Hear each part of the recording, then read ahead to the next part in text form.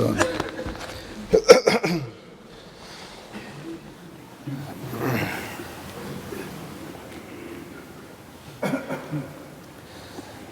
اللہ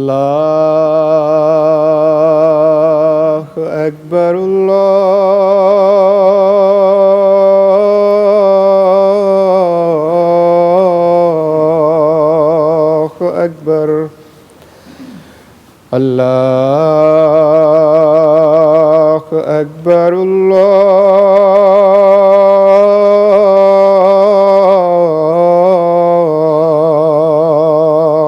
اکبر. أشهد أن لا إله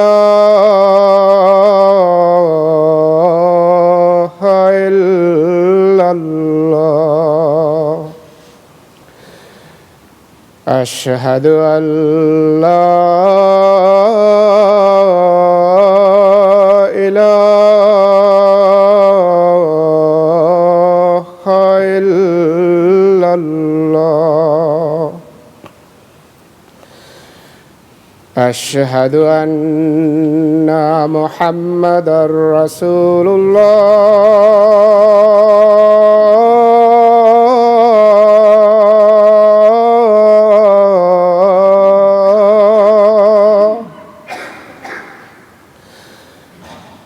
أشهد أن محمدًا رسول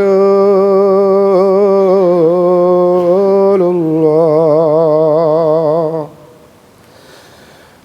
حي على الصلاة.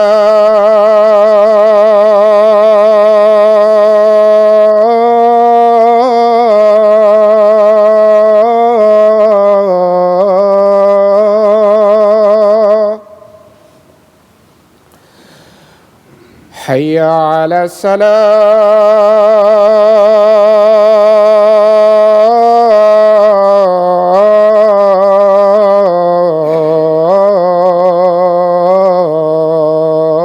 الصلاة. حي على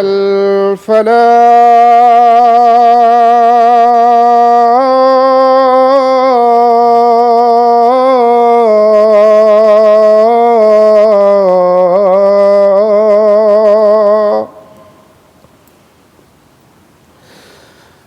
حي على الفلاح.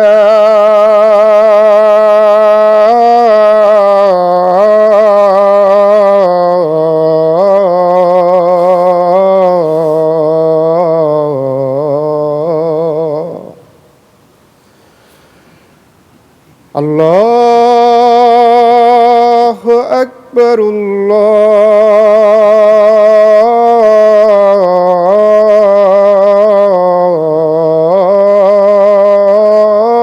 الله أكبر. لا إله إلا الله.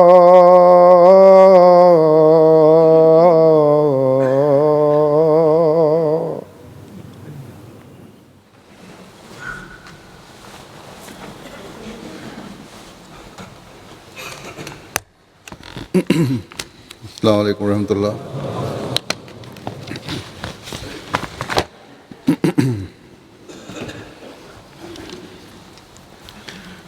أشهد أن لا إله إلا الله وحده لا شريك له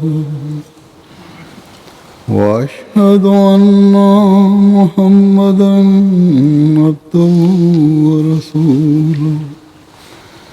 أما بعد فأعوذ بالله من الشيطان الرجيم. بسم الله الرحمن الرحيم.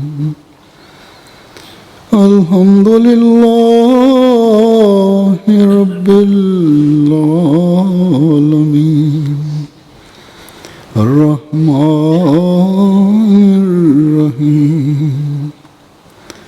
مالك يوم الدين.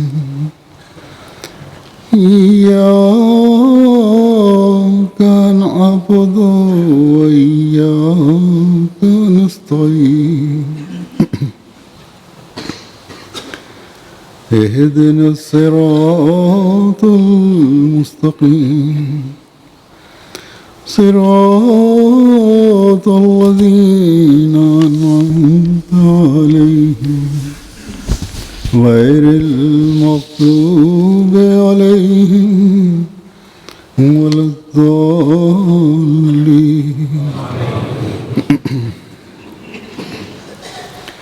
ومنهم من يقول ربنا آتنا في الدنيا حسنة وفي الآخرة حسنة وقنا عذاب النار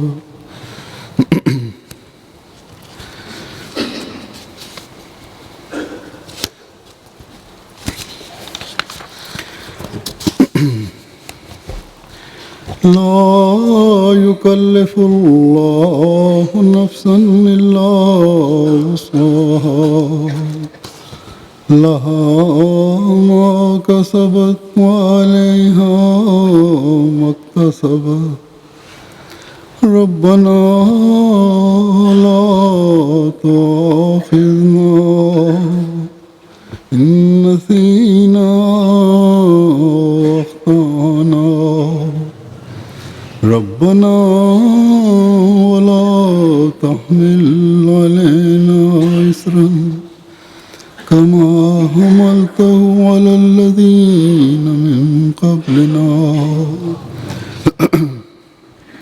ربنا ولا تحملنا ما لا طاقة لنا به واعف عنا واغفر لنا وارحمنا أنت مولانا فانصرنا على القوم الكافرين. پہلی آیت جو میں نے تلاوت کی ہے اس کا ترجمہ ہے کہ اور انہی میں سے وہ بھی ہے جو کہتا ہے اے ہمارے رب ہمیں دنیا میں بھی حسنات عطا کر اور آخرت میں بھی حسنات عطا کر اور ہمیں آگ کے عذاب سے بچا. دوسری آیت کا ترجمہ ہے کہ اللہ کسی جان پر اس کی طاقت سے بڑھ کر بوجھ نہیں ڈالتا. اس کے لیے ہے جو اس نے کمایا اور اس کا وبال بھی اسی پر ہے جو اس نے بدی کا اکتساب کیا. اے ہمارے رب ہمارا مواخذہ نہ کر اگر ہم بھول جائیں یا ہم سے کوئی خطا ہو جائے، اور اے ہمارے رب ہم پر ایسا بوجھ نہ ڈال جیسا ہم سے پہلے لوگوں پر ان کے گناہوں کے نتیجے میں تو نے ڈالا، اور اے ہمارے رب ہم پر کوئی ایسا بوجھ نہ ڈال جو ہماری طاقت سے بڑھ کر ہو، اور ہم سے درگزر کر اور ہمیں بخش دے اور ہم پر رحم کر، تو ہی ہمارا ولی ہے، بس ہمیں کافر قوم کے مقابل پر نصرت عطا کر.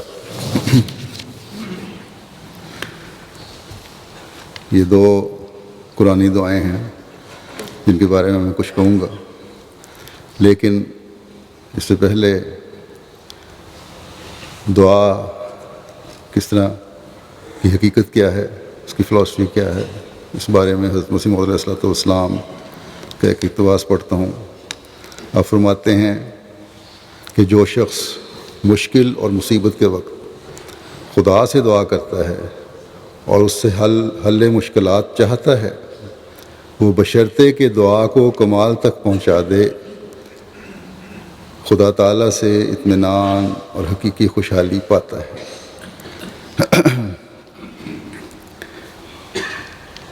اور اگر بالفرض وہ مطلب اس کو نہ ملے تب بھی کسی اور قسم کی تسلی اور سکینت خدا تعالیٰ کی طرف سے اس کو عنایت ہوتی ہے، اور ہرگز نامراد نہیں رہتا، اور علاوہ کامیابی کے ایمانی قوت اس کی ترقی پکڑتی ہے اور یقین بڑھتا ہے.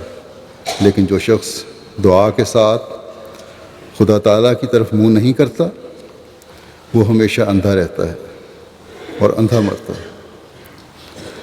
فرمایا ہماری اس تقریر میں ان نادانوں کا جواب کافی طور پر ہے جو اپنی نظر خطا کار کی وجہ سے، یعنی غلط سوچ رکھنے اور ظاہری طور پر دیکھنے کی وجہ سے یہ اعتراض کر بیٹھتے ہیں کہ بتیرے ایسے آدمی نظر آتے ہیں کہ باوجود اس کے کہ وہ اپنے حال اور قال سے دعا میں فنا ہوتے ہیں، یعنی اپنی ان کی حالت بھی یہ ہوتی ہے، کہتے بھی یہی ہیں کہ دعا کر رہے ہیں اور دعا کی کیفیت بھی ہوتی ہے، اس میں فنا ہوتے ہیں، پھر بھی اپنے مقاصد میں نامراد رہتے ہیں اور نامراد مرتے ہیں، یعنی ان کے مقاصد ان کو نہیں ملتے جو وہ چاہتے ہیں۔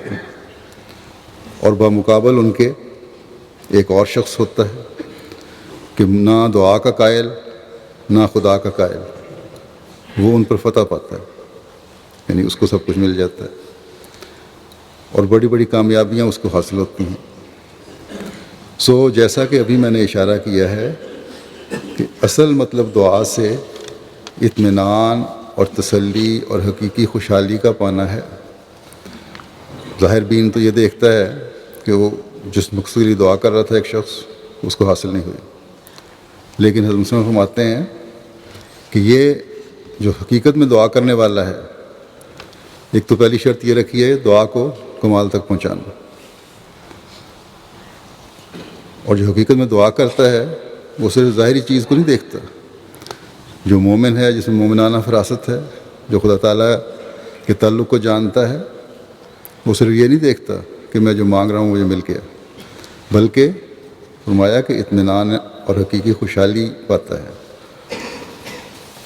فرمایا اور یہ ہرگز نہیں صحیح نہیں کہ ہماری حقیقی خوشحالی صرف اسی امر میں میسر آ سکتی ہے جس کو ہم بذریعہ دعا چاہتے ہیں، بلکہ وہ خدا جانتا ہے کہ ہماری حقیقی خوشحالی کس امر میں ہے، وہ کامل دعا کے بعد ہمیں عنایت کر دیتا ہے۔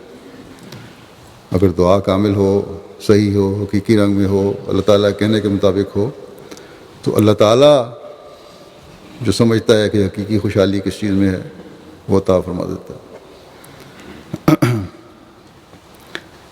فرمایا کہ جو شخص روح کی سچائی سے دعا کرتا ہے وہ ممکن نہیں کہ حقیقی طور پر نامراد رہ سکے، بلکہ وہ خوشحالی جو نہ صرف دولت سے مل سکتی اور نہ حکومت سے اور نہ صحت سے، بلکہ خدا تعالیٰ کے ہاتھ میں ہے، جس پیرایا میں چاہے وہ عنایت کر سکتا ہے۔ ہاں، وہ کامل دعاؤں سے عنایت کی جاتی ہے۔ اگر خدا تعالیٰ چاہتا ہے تو ایک مخلص صادق کو عین مصیبت کے وقت وہ لذت حاصل ہو جاتی ہے جو ایک شہنشاہ کو تخت شاہی پر حاصل نہیں ہو سکتی۔ بس یہ دعا کی حقیقت نہیں ہو سکتی۔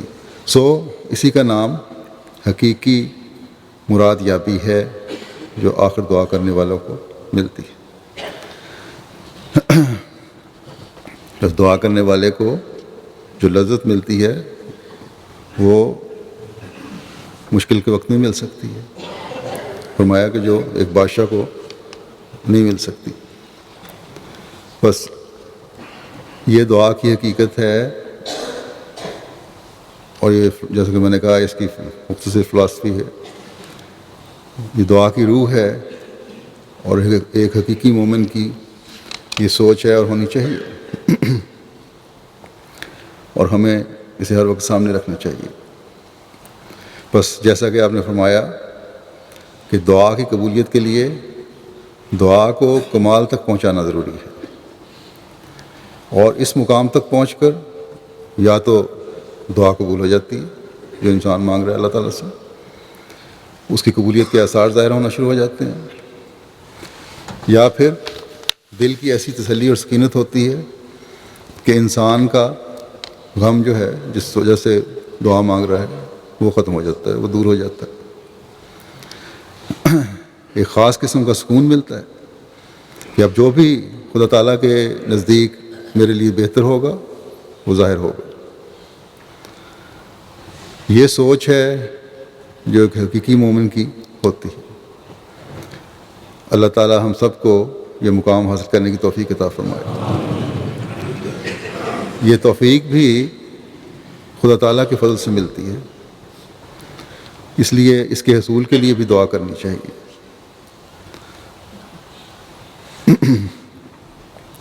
اس وقت میں دو قرآنی دعاؤں کی طرف توجہ دلانی چاہتا ہوں۔ جیسا کہ میں نے کہا، یہ دعائیں ان آیات میں ہیں، ہم پڑھتے بھی ہیں، بہت سے جانتے بھی ہیں۔ ان میں سے ایک دعا ہے کہ ربنا آتنا فی الدنیا حسنۃ وفی الآخرۃ حسنۃ وقنا عذاب النار، کہ اے ہمارے رب، ہمیں اس دنیا میں بھی حسنات عطا فرما اور آخرت میں بھی۔ یہ دعا حضرت صلی اللہ علیہ وسلم بھی خاص طور پر پڑھا کرتے تھے، اور صحابہ کو بھی اس طرح توجہ دلائی، اور صحابہ بھی خاص توجہ سے یہ پڑھا کرتے تھے۔ حضرت مسیح موعود علیہ الصلوۃ والسلام نے بھی ایک وقت میں جماعت کے افراد کو یہ کہا تھا کہ خاص طور پر ہر نماز کی آخری رکعت میں رکوع کے بعد کھڑے ہوتے ہیں تو اس میں یہ دعا پڑھا کریں۔ حضرت خلیفۃ مسیح ثانی نے بھی خاص طور پر اس دعا کی طرف توجہ دلائی، اور ایک خطبے میں اپنے، بلکہ مختلف خطبات میں، اور جماعت کو اس کو پڑھنے کی تلقین فرمائی اور اس کی تفسیر بھی بیان فرمائی۔ بس اس دعا کی بہت اہمیت ہے۔ ویسے تو ہر دور اور ہر وقت کے لیے یہ دعا ہے، لیکن آج کل خاص طور پر جب دنیا میں ہر طرف فتنہ اور فساد کا دور دورہ ہے، یہ دعا خاص طور پر ہمیں پڑھنی چاہیے۔ حسنہ کا مطلب ہے کہ نیکی اور اچھائی، فائدہ جس میں کوئی برائی اور نقصان نہ ہو، ایسا کام ہو جس کا ہر پہلو سے اچھا نتیجہ نکلتا ہو اور اللہ تعالیٰ کی رضا کے مطابق ہو۔ احمدیوں کے لیے بعض مسلمان ملکوں میں بحیثیت احمدی بھی ایسے حالات ہیں کہ اس دعا کے پڑھنے کی خاص طور پر ضرورت ہے۔ مخالفین احمدیت چاہتے ہیں کہ خدا تعالیٰ کی ہر نعمت سے احمدی کو محروم کر دیا جائے، حتیٰ کہ اسے اس کے جینے کے حق سے بھی محروم کر دیا جائے۔ ایسے میں یہ دعا کہ اے اللہ، ہمیں دنیا داروں کے سارے منصوبوں کے مقابلے میں اس طرح سنبھال لے کہ یہ جو تیری ہر قسم کی حسنہ سے ہمیں محروم کرنا چاہتے ہیں، ہم ان کے تیرے فضلوں کی وجہ سے حاصل کرنے والے بن جائیں۔ ہمارے دنیا کے اعمال بھی تیری رضا کے حصول کی وجہ سے آخرت کی حسنہ سے بھی ہمیں نوازنے والے ہوں، اور ہر عمل جو ہم یہاں دنیا میں کرتے ہیں وہ تیری رضا کو حاصل کرنے والا ہو۔ دشمن ہمارے کاروباروں کو نقصان پہنچانا چاہتا ہے تو ہمیں ایسے طریق پر حسنہ سے نواز کہ دشمن کے تمام منصوبے ناکام ہو جائیں۔ وہ ہمیں ایمان سے پھیرنے کے لیے ہمارے رزق کو نقصان پہنچانا چاہتا ہے تو ہمیں ایسے طریق سے حسنہ سے نواز کہ پہلے سے بڑھ کر طیب اور حلال رزق ہمیں حاصل ہو۔ ہمارے ہمسائے ایسے ہوں جو ہمیں دکھ دینے والے نہ ہوں، ہمارے محلہ دار ایسے ہوں جو ہمیں دکھ دینے والے نہ ہوں،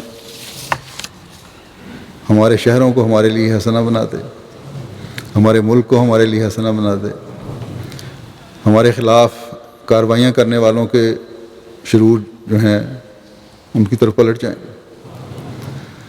ہمارے حاکموں کو ایسا بنا دے جو رحم دل ہوں، تقوی سے کام لینے والے ہوں، انصاف کرنے والے ہوں۔ بعض ملکوں میں، مسلمان ملکوں میں آج کل ہم دیکھ رہے ہیں کئی جگہ حاکم ہی ہیں، حکمران ہی ہیں جنہوں نے عوام کے لیے یا جو عوام کے لیے عذاب بنے ہوئے ہیں۔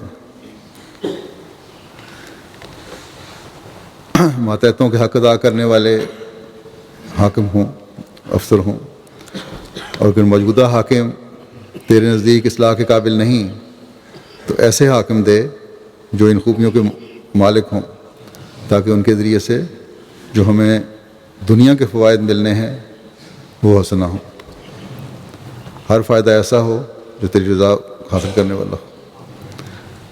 پھر دوست ہوں تو ایسے ہوں جو خیر خواہ ہوں، محبت کرنے والے ہوں، دکھوں میں کام آنے والے ہوں، نیکیوں کا جواب نیکیوں سے دینے والے ہوں۔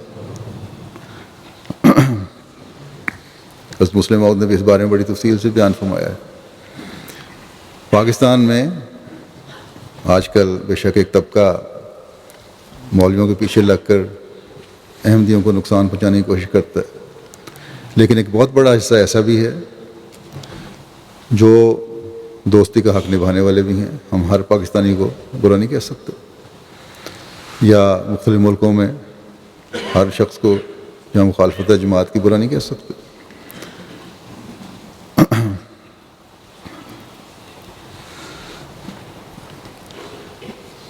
ایسے لوگ ہیں جو جیسا کہ میں نے کہا دوستی کا حق نبھانے والے ہیں، ہمدرد ہیں، خیر خواہ ہیں، مشکل اور مصیبت میں کام آنے والے ہیں۔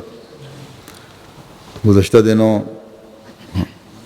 ایک احمدی نے مجھے خط میں بتایا جو اغوا ہو گئے تھے پاکستان میں، کہ اغوا کرنے والوں نے ان سے ایک بڑی رقم کا مطالبہ کیا اور جس کا انتظام فوری طور پر ممکن نہیں تھا۔ ان کے بھائی کوشش کرتے رہے اور لیکن جتنی رقم وہ مانگ رہے تھے اغوا کرنے والے وہ انتظام نہیں ہو رہا تھا، اور ضرورت ان میں اتنی ہے کیونکہ پتہ ہے قانون تک نہیں پہنچ سکتا۔ انہوں نے کہا اچھا ایک رقم خاص اتنی ہمیں ادا کر دو، باقی کی ضمانت دو،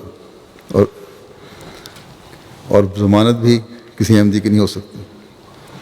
تو ان کے غیر احمدی دوست نے ان کی ضمانت دی اور جس کی وجہ سے ان کی رہائی عمل میں آئی۔ اب اس غیر احمدی دوست نے بھی اپنی زندگی کو داؤ پر لگا لیا۔ اغوا کنندگان نے اب جو رقم لینی ہے ان کے ذریعے سے لینی ہے۔ تو ایسے بھی ہیں لوگ جو احمدیوں کی خاطر قربانیاں کرنے والے ہیں۔ اس ماحول میں رہنے کے باوجود جو ماحول آج کل وہاں بنا ہوا ہے، نیکی کرنے والے لوگ ہیں، دوستی کا حق نبھانے والے ہیں، دہشت گردوں اور ملاؤں کے خلاف ہیں۔ دنیا کی حسنہ میں سے یہ بھی ایک حسنہ ہے کہ اچھے دوست مل جائیں۔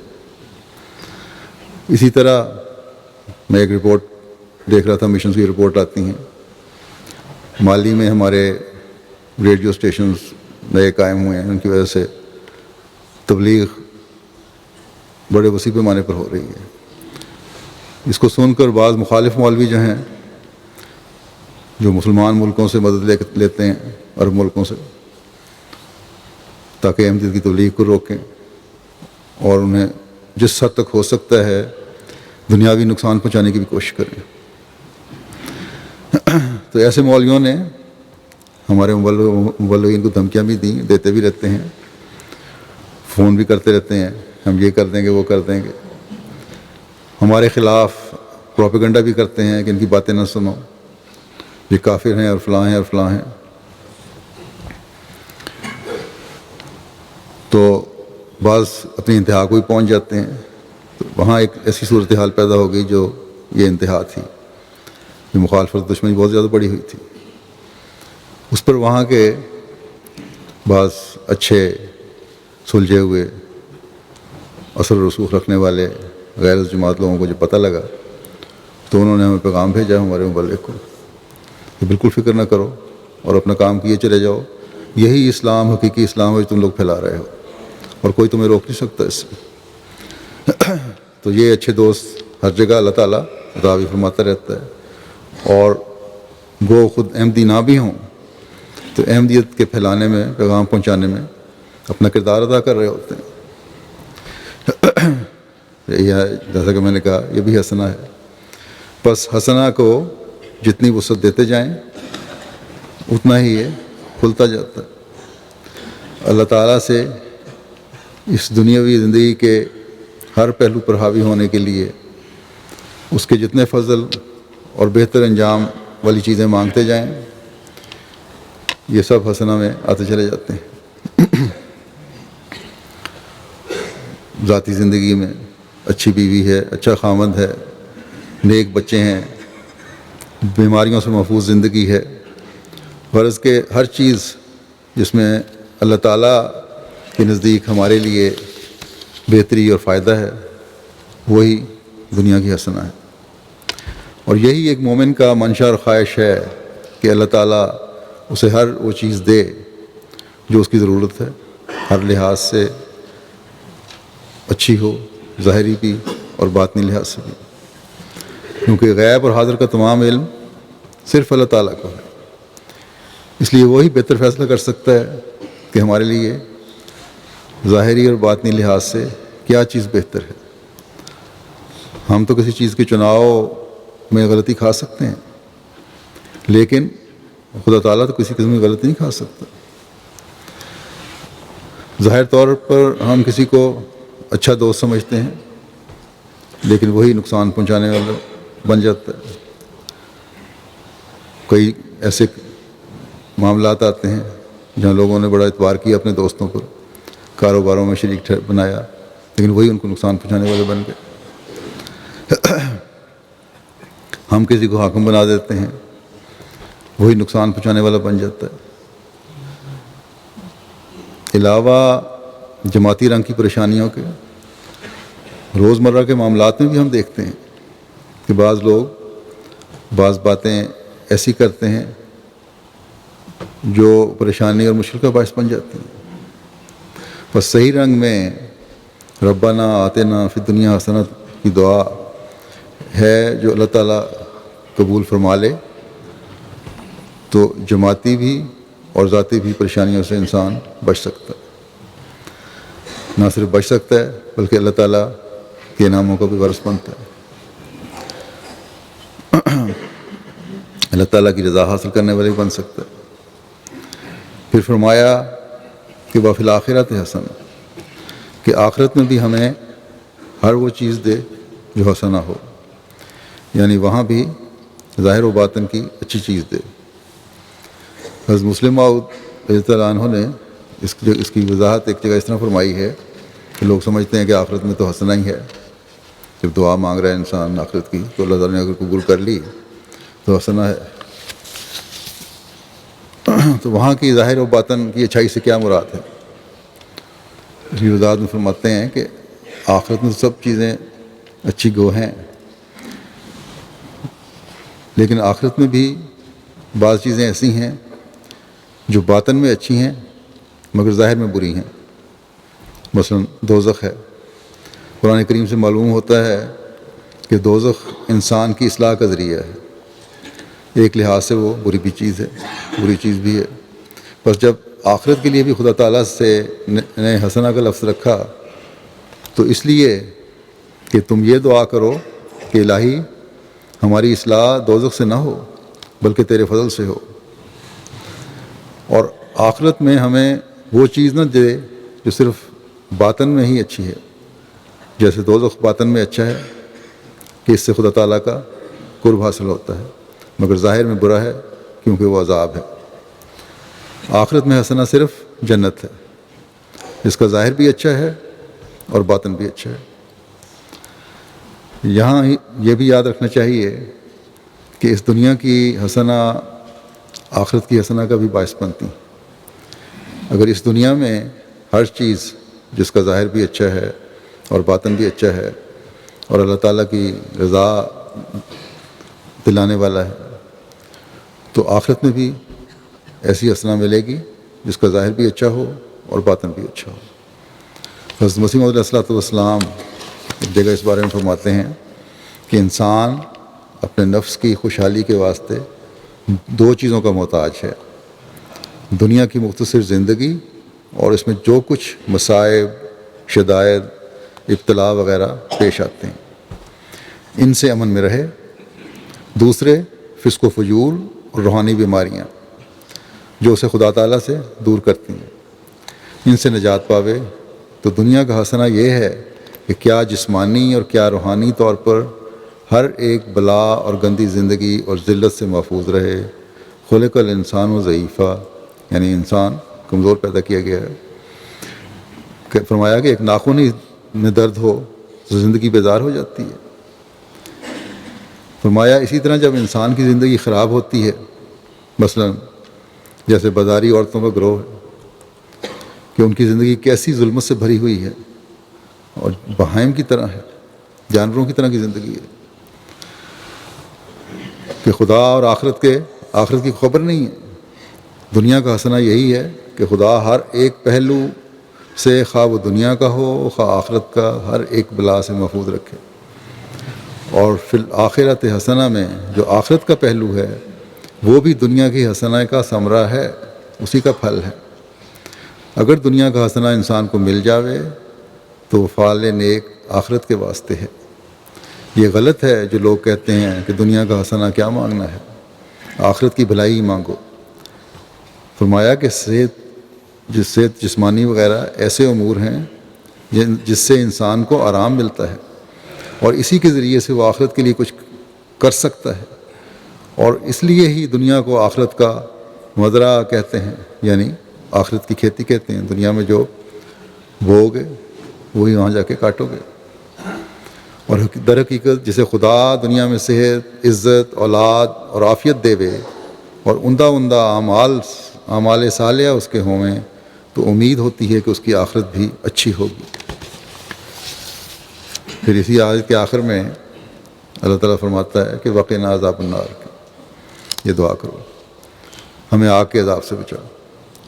اس میں صرف آخرت کے عذاب نار کی طرف ہی توجہ نہیں دلائی گئی، بلکہ اس سے بچنے کی دعا کرو جو اس دنیا کی آگ بھی ہے۔ اس دنیا میں بھی آگ کا عذاب ہوتا ہے، بس اس دعا میں دنیا اور آخرت دونوں کے عذاب نار سے بچنے کے لیے دعا سکھائی گئی ہے۔ دنیا کے عذاب نار جو ہیں وہ بھی قسم کے ہیں، مصیبتیں ہیں اور دکھ ہیں جو اگر اللہ تعالیٰ چاہے تو عذاب کے بجائے حسنہ بن جاتے ہیں۔ اس دنیا میں عذاب نار کی ایک مثال آج کل بعض ملکوں کے جو حالات ہیں، جیسا کہ میں نے ذکر کیا، وہ بھی ہیں۔ کوئی پتہ نہیں گھر بیٹھے یا بازار میں پھرتے ہوئے کہاں سے بندوق کی گولی آئے اور کوئی گولا پھٹے اور انسان کو لہو لہان کر دے یا اس کی زندگی لے لے۔ کئی جانیں اسی طرح ضائع ہو جاتی ہیں۔ تو عذاب نار سے دعا جب مانگے انسان، تو جب ایسی جہاں ہو رہی ہوں، باتیں ہو رہی ہوں، عمل ہو رہے ہوں، اس طرح کی زندگی ہو، اللہ تعالیٰ اس دعا کو قبول کرتے ہوئے ان چیزوں سے بچا لیتا ہے۔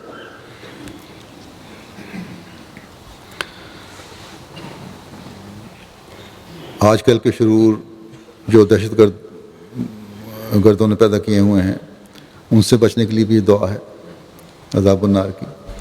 گزشتہ دنوں ہمارے ایک احمدی کراچی میں جوان آدمی تھے، 40-45 سال کی عمر تھی، سودا لینے کے لیے گھر سے نکلے اور 2-4 منٹ کے بعد ہی وہاں بم دھماکہ ہوا۔ پچھلے دنوں میں جو 50 آدمی جس میں ہوئے، جن کی جان ضائع ہوئی ہے، اس میں وہ بھی شہید ہو گئے۔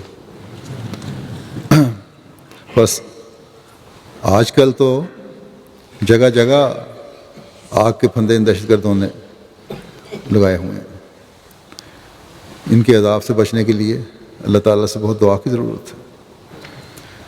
اللہ تعالیٰ کے علم میں ہے کہ کس وقت کہاں کیا ہونا، اس لیے اس سے انسان مانگے کہ میرا گھر میں رہنا اور میرا باہر نکلنا تیرے فضل سے میرے لیے حسنہ کا باعث بن جائے اور ان عذابوں سے مجھے بچا لے۔ اسی طرح آخرت کے عذاب سے مجھے بچا۔ حضرت مسیح علیہ السلام کا ایک اقتباس اور پڑھتا ہوں، آپ فرماتے ہیں کہ دعا کی حاجت تو اسی کو ہوتی ہے جس کے سارے راہ بند ہوں اور کوئی راہ سوائے اس در کے نہ ہو، اسی کے دل سے دعا نکلتی ہے۔ گزشتہ سے پہلے خطبے میں نے اس کی تھوڑی وضاحت بھی کی تھی مسلم موت کے حوالے سے. تو حضرت مسیح علیہ السلام یہ فرما رہے ہیں کہ دعا کی حاجت تو اسی کو ہوتی ہے جس کے سارے راہ بند ہوں اور کوئی راہ سوائے اس در کے نہ ہو، اسی کے دل سے دعا نکلتی ہے. غرض ربنا آتنا فی دنیا، ایسی دعا کرنا صرف انہی لوگوں کا کام ہے جو خدا ہی کو اپنا رب جان چکے ہیں اور ان کو یقین ہے کہ ان کے رب کے سامنے اور سارے ارباب باطلہ ہیچ ہیں. فرمایا کہ آگ سے مراد صرف وہی آگ نہیں جو قیامت کو ہوگی، بلکہ دنیا میں بھی جو شخص ایک لمبی عمر پاتا ہے وہ دیکھ لیتا ہے کہ دنیا میں بھی ہزاروں طرح کی آگ ہیں. تجربہ کار جانتے ہیں کہ قسم قسم کی آگ دنیا میں موجود ہے، طرح طرح کے عذاب، خوف، خون، فقر و فاقے، امراض، ناکامیاں، ذلت و ادبار کے اندیشے، ہزاروں قسم کے دکھ، اولاد، بیوی وغیرہ کے متعلق تکالیف، رشتہ داروں کے ساتھ معاملات میں الجھن. غرض یہ سب آگ ہیں. تو مومن دعا کرتا ہے کہ ساری قسم کی آگوں سے ہمیں بچا. جب ہم نے تیرا دامن پکڑا ہے تو ان سب عوارض سے جو انسانی زندگی کو تلخ کرنے والے ہیں اور انسان کے لیے بمنزلہ آگ ہیں، بچائے رکھ.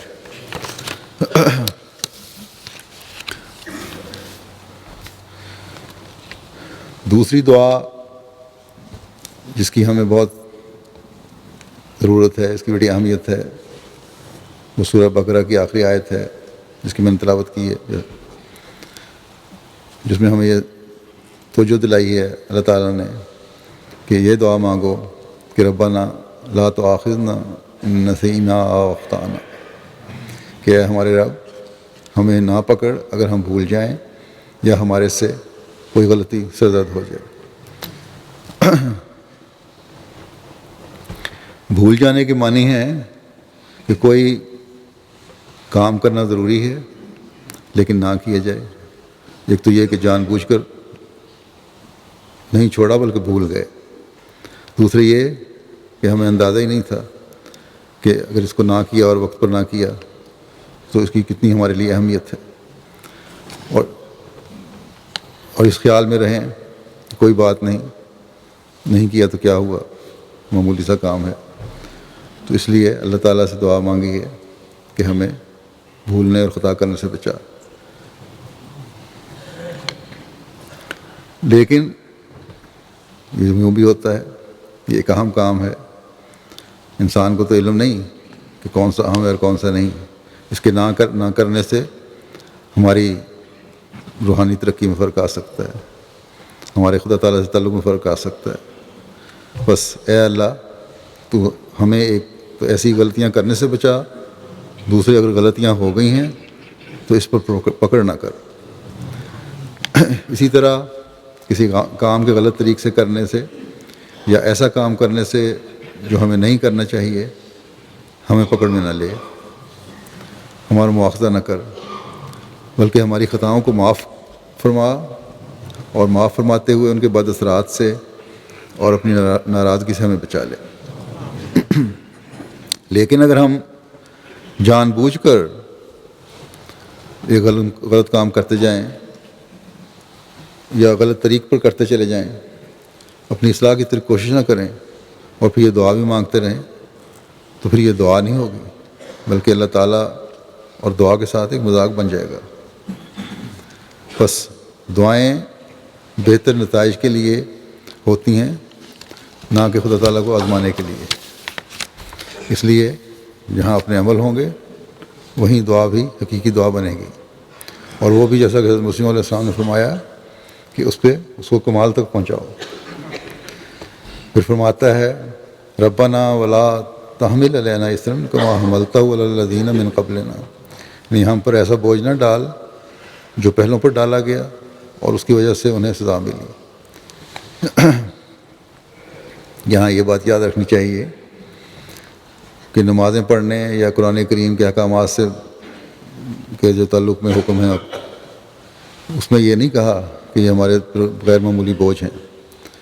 خدا تعالیٰ نے تو یہیں یہ پہلے فرما دیا ہے لا یکلف اللہ نفسا الا وسعہا، کہ اللہ تعالیٰ اپنے احکامات انسان کی طاقت اور وسعت کے مطابق دیتا ہے۔ اس بوجھ نہ ڈالنے کے یہ معنی ہے کہ بعض جرموں کی وجہ سے پہلے لوگوں کو سزائیں دی گئیں، وہ سزائیں ہم پر نازل نہ ہوں، اور ہم سے وہ غلطیاں سرزد نہ ہوں جو پہلے لوگوں سے سرزد ہوئیں اور وہ تباہ ہو گئے۔ اگر ہم غلطیاں بھی کرتے رہیں اور پھر کہیں کہ ہمیں سزا بھی نہ ملے جو پہلوں کو ملی، تو یہ تو نہیں ہو سکتا، یہ اللہ کے عمومی قانون کے خلاف ہے۔ پس یہ دعا اور ساتھ برے اعمال سے بچنے کی کوشش ہی انسان کو سزا سے بچاتی ہے۔ پہلے لوگوں کی خطاؤں کی وجہ سے ان پر ایسی حکومتیں مسلط کر دی گئیں جو ان کے حقوق کا خیال نہیں رکھتی تھی۔ بس ہمیں ایسے حکمرانوں سے بچا جو ہمارے لیے سزا بن گئے ہیں، اور تیری ناراضگی کی وجہ سے یہ سزا ہم پر مسلط ہے۔ اگر تو ناراضگی کی وجہ سے ہے تو بہت زیادہ درد سے دعائیں کرنے کی ضرورت ہے۔ اگر یہ صرف امتحان ہے تو اس امتحان کو بھی ہم سے ہلکا کر دے۔ پھر یہ دعا سکھائی کہ ربنا ولا تحملنا ما لا طاقت لنا بہ۔ بعض دفعہ دوسروں کی سزا کا بھی اثر انسان پر پڑتا ہے، یا پڑ رہا، کسی نہ کسی طریقے سے اثر پہنچ رہا ہوتا ہے۔ اس لیے اس سے بچنے کی بھی دعا سکھائی کہ اللہ تعالیٰ دوسروں کے قصور کی سزا کے اثرات سے بھی ہمیں بچائے رکھے۔ لڑائی اور جنگ میں، دہشت گردی کے حملوں میں جن کو مارنا مقصود نہیں ہوتا وہ بھی مارے جاتے ہیں، جیسا کہ میں نے بھی بتایا ہے، کسی خاص گروپ کو مارنا چاہتے تھے لیکن وہاں جو بھی گیا وہ مر گیا، معصوم بچے بھی مر جاتے ہیں۔ حضرت مسلم موعود نے بیان فرمایا ہے کہ ما لا طاقت لنا بہ کی شرط اس لیے ہے کہ یہاں ناراضگی کا سوال نہیں بلکہ دنیاوی مصائب اور ابتلاؤں کا ذکر ہے۔ ناراضگی تو خدا تعالیٰ کی چھوٹی بھی برداشت نہیں ہوتی، لیکن چھوٹی تکلیف برداشت کر لی جاتی ہے۔ بس روحانی سزا میں یہ دعا ہے کہ ہمیں تیری کسی ناراضگی کو برداشت کرنے کی طاقت نہیں، مگر جب دنیاوی تکالیف کا ذکر آیا تو وہاں یہ دعا سکھائی کہ مجھے چھوٹے موٹے ابتلاؤں پر اعتراض نہیں، میں یہ نہیں کہتا کہ ہمیشہ پھولوں کی سیج پر چلتا رہوں، کیونکہ اللہ تعالیٰ نے انسان کی آزمائش کے لیے فرمایا ہے کہ میں امتحان لوں گا۔ البتہ وہ ابتلا جو تیری ناراضگی کا موجب بنے اور دنیا میں وہ ابتلا جو تیری ناراضگی کا موجب نہیں ہیں اور دنیا میں آتے رہتے ہیں، ان کے بارے میں میری یہ دعا ہے کہ ایسا نہ ہو کہ وہ ابتلا میری طاقت سے بالا ہو۔ مومن ابتلاؤں کی خواہش نہیں کرتا، لیکن کیونکہ جیسا کہ میں نے کہا خدا تعالیٰ نے فرمایا ہے کہ میں مومن کو آزماتا ہوں، اس لیے آزمائش کو آسان کرنے کی دعا بھی سکھا دی، اور پھر فرمایا کہ یہ دعا کرو کہ واعف عنا، مجھ سے عفو کر اور بد نتائج سے مجھے بچا لے، واغفر لنا، جو غلط کام میرے سے ہو گئے ہیں اس کے نتائج اور اثرات سے مجھے بچا لے، میرے غلط کاموں پر پردہ ڈال دے اور یوں ہو جائے جیسے میں نے غلط کام کیا ہی نہیں۔ عفو کے معنی رحم کے بھی ہوتے ہیں، اور جو چیز کسی انسان سے رہ جائے تو اس کا ازالہ اسی صورت میں ہوتا ہے کہ وہ مہیا کر دی جائے۔ بس واعف عنا میں یہ فرمایا کہ جو چیز رہ گئی ہے اسے تو اپنے رحم سے، میرے عمل سے میں جو چیز رہ گئی ہے، جو میرے کام میں جو چیز رہ گئی ہے تو اسے اپنے رحم اور فضل سے مہیا فرما دے۔ ورحمنا، یعنی جو بھی میرے سے غلطیاں ہوئی ہیں اور میری ترقی کے راستے میں روک ہیں یا میری وجہ سے جماعتی ترقی پر اثر انداز ہو سکتی ہیں، ان غلطیوں کے متعلق مجھ پر رحم کر اور ترقیات کے راستے میں تمام روکوں کو دور فرما دے۔ انت مولانا، کہ تو ہمارا مولا ہے، ہمارا آقا ہے۔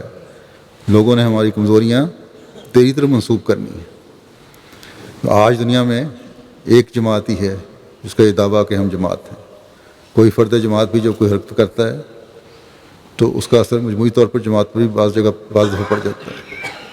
بس جب لوگوں نے کمزوریاں اے خدا تیری طرف منسوب کرنی ہے، لوگوں نے یہ کہنا ہے کہ یہ الہی جماعت کہلاتی ہے، دعویٰ کرتی ہے، اسے بھی دوسروں کی طرح تکلیفیں پہنچ رہی ہیں اور سزائیں بھی مل رہی ہیں۔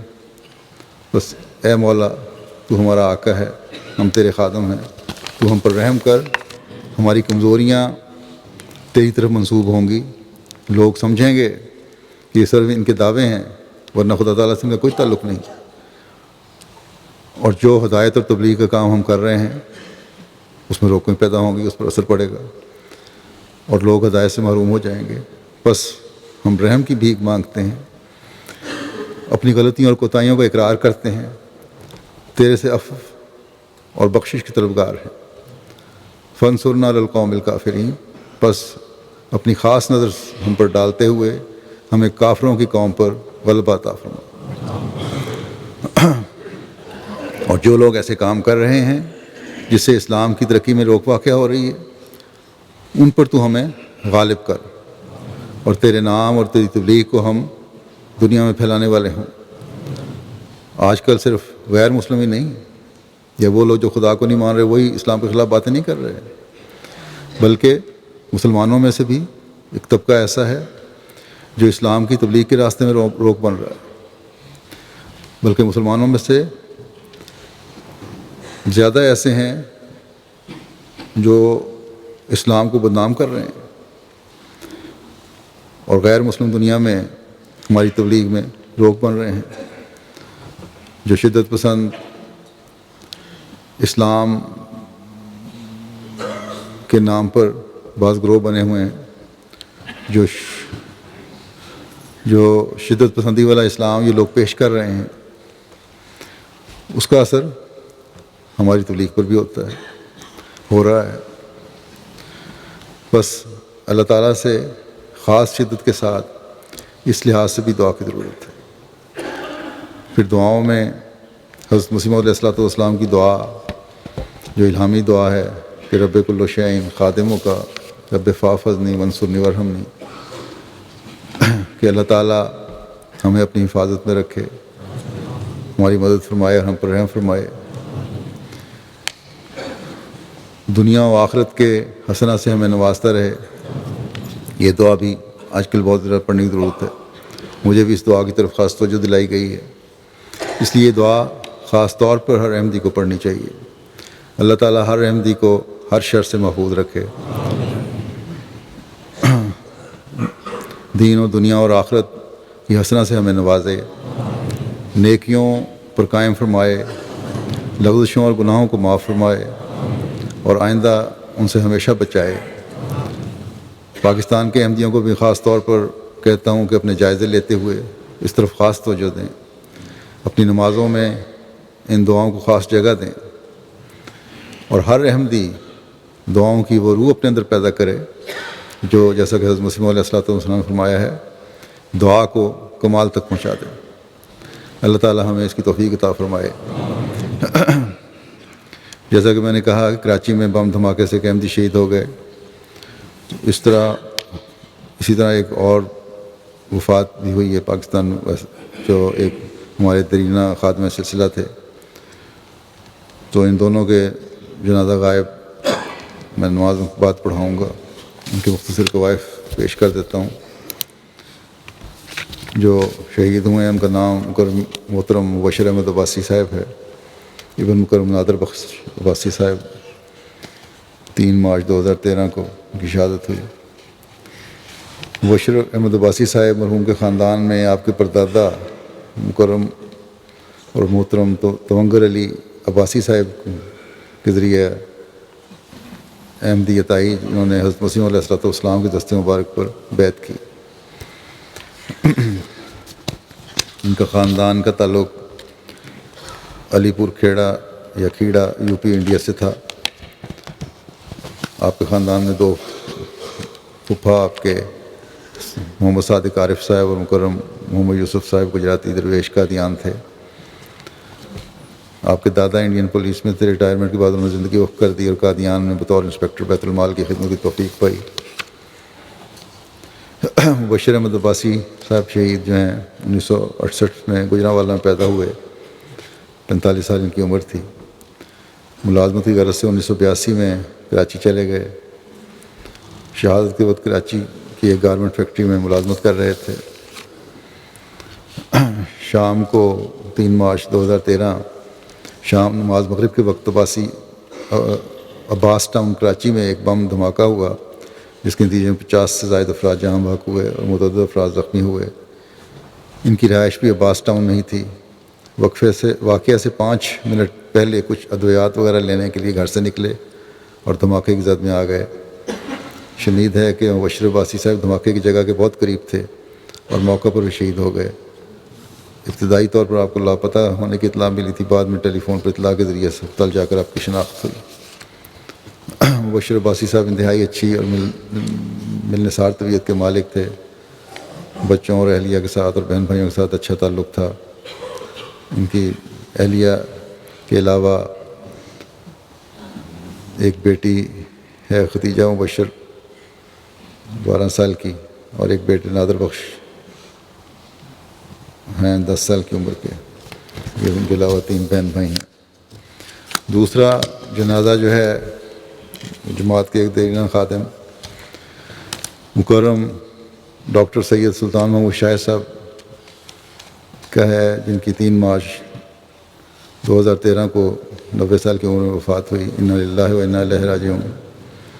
آپ 16 اکتوبر 1923 کو شاہ مسکین ضلع شیخوپورہ میں پیدا ہوئے، اور ان کے والد حضرت سید سردار احمد شاہ صاحب حضرت مسیم علیہ السلام کے صحابی تھے۔ انہوں نے آپ کو پیدائش سے پہلے ہی وقف کر دیا تھا۔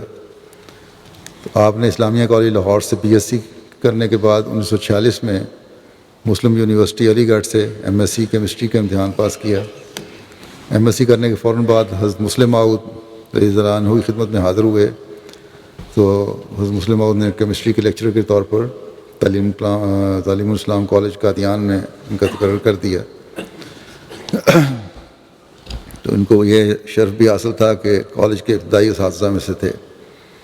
ہجرت کے بعد پہلے لاہور PTI کالج جب ربا منتقل ہوا تو وہاں تدریسی فرائض انجام دیتے رہے۔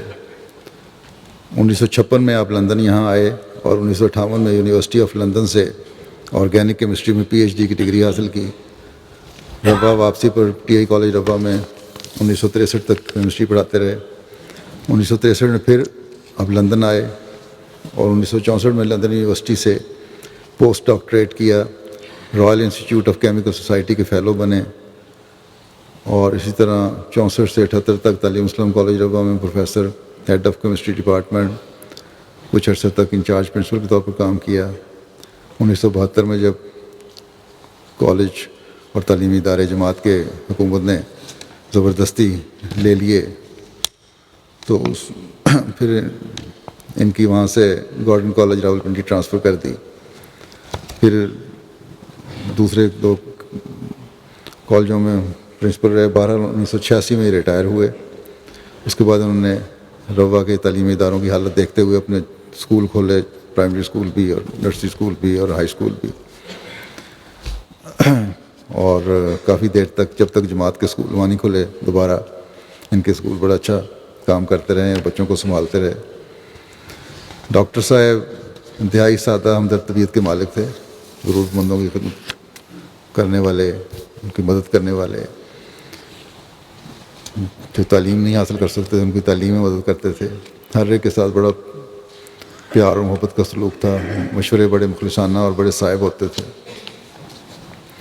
جامعہ نصرت کالج برائے خواتین ربا میں سائنس بلاک کی تعمیر بھی اس کی خدمت سالس کے وقت میں آپ نے فرمایا تھا تو شاہ صاحب نے کروائی تھی۔ جامعہ پاکستان کے بعد اب سیکرٹری اصلاح و ارشاد لاہور مقرر ہوئے۔ 56 تا 58 لندن میں اقدام الہند کے قائد بھی رہے ہیں۔ اسی دوران سیکرٹری مال جماعت لندن کے فرائض بھی سر انجام دیے۔ خلافت سے ان کا بڑا گہرا تعلق تھا۔ ان کی 2 بیٹیاں اور 2 بیٹے ہیں۔ ان کا پڑھانے کا طریقہ بھی بڑا سادہ تھا، میں نے بھی ان سے پڑھا ہوا ہے کچھ دن، اور طلباء کو دوست بنا کر پڑھاتے تھے، بڑی سادگی تھی۔ ان کے لکھنے والے نے لکھا ہے، مجیب اصغر صاحب نے مجھے، کہ ایک دفعہ لنگر خانے میں پاکستان میں ڈیوٹیاں تھیں، تو لنگر خانے میں آئے، ان کے کچھ مہمان آ گئے تھے روٹی لینے تھی، تو پھر انہوں نے کہا اچھا گرم گرم روٹیاں وہ دینے لگے، تو انہوں نے کہا کپڑا لائیں، کپڑے میں روٹی ڈال دوں، تو انہوں نے کہا کپڑا تو میں لایا نہیں، شلوار قمیض پہنی ہوئی تھی، شلوار کا قمیض کا پلو آگے کر دیا کہ اس میں ڈال دو، اور وہ لے کے چلے گئے۔ کوئی کسی قسم کا آر نہیں تھا کہ میں اس طرح روٹی اٹھا کے جا رہا ہوں، کیونکہ حضرت مسلم موعود کے مہمانوں کو کھلانی تھی، اور بڑا سادگی تھی۔ اس لحاظ سے اللہ تعالیٰ ان کے درجات بلند فرمائے، مغفرت کا سلوک فرمائے، اسی طرح شہید کے بھی درجات بلند فرمائے، ان کے بچوں کو صبر اور ہمت اور حوصلہ عطا فرمائے۔